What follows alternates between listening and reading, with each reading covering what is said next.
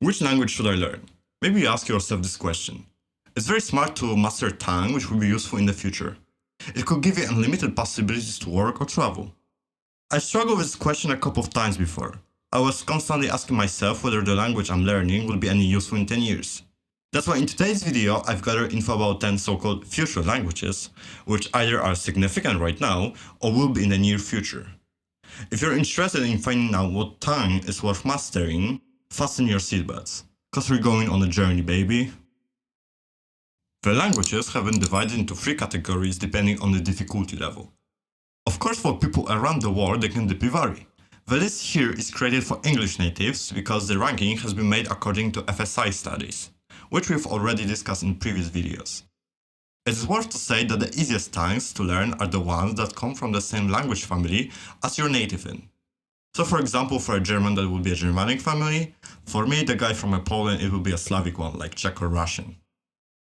According to FSI, you need only about 24 weeks to master them. Obviously, all of them stem from the same group, the Romance family.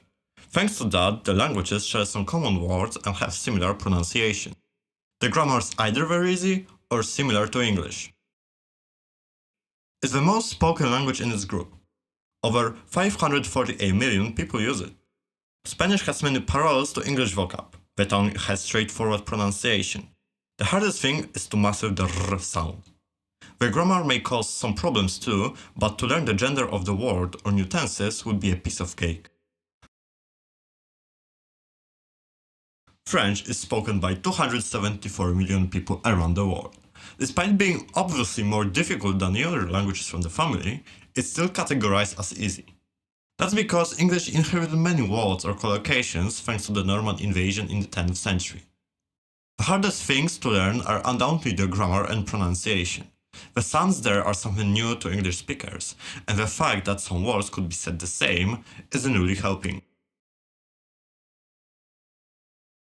You will probably not use it somewhere else as Italy, San Marino or maybe Switzerland. But despite that, it's easy and pleasant to learn.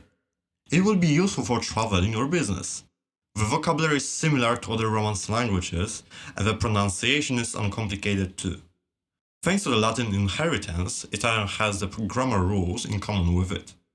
This makes it a little bit harder to master. Intermediate languages to learn for an English native take around 36 weeks to master. They have some concepts in common with English, but either the grammar or pronunciation is more complicated. According to the internet, around 200 million people use it. Indonesia has a rapidly growing population and economy, making the language even more important. What makes it stay on this medium level are 2 factors. On one hand, it has easy pronunciation and spelling, on the other hand, the vocabulary is completely different. The grammar is interesting too. Indonesian has no word genders, plural forms or time tenses, which makes it easier for English natives.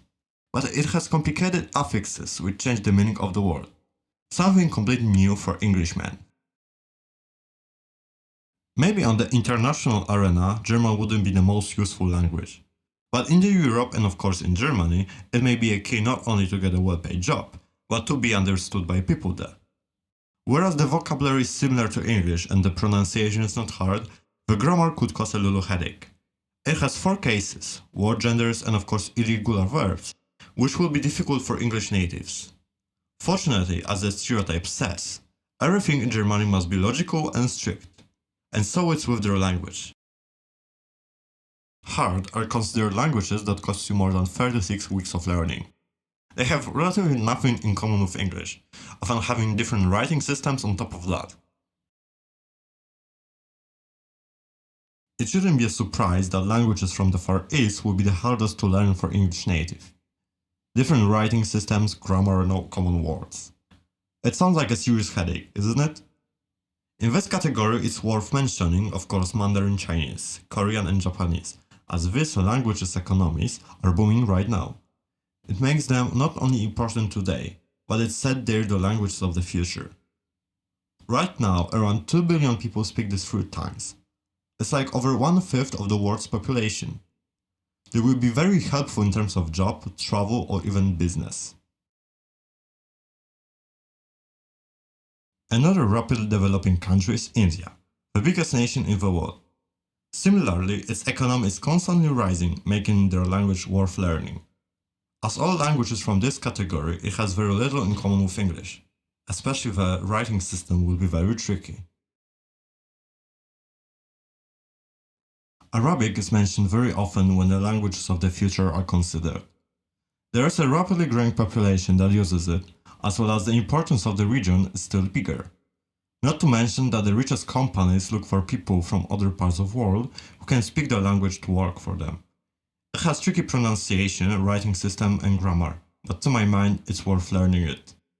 There you have it, the languages you should learn. All of them will be either as important as they are right now, or they will be much more significant in the future.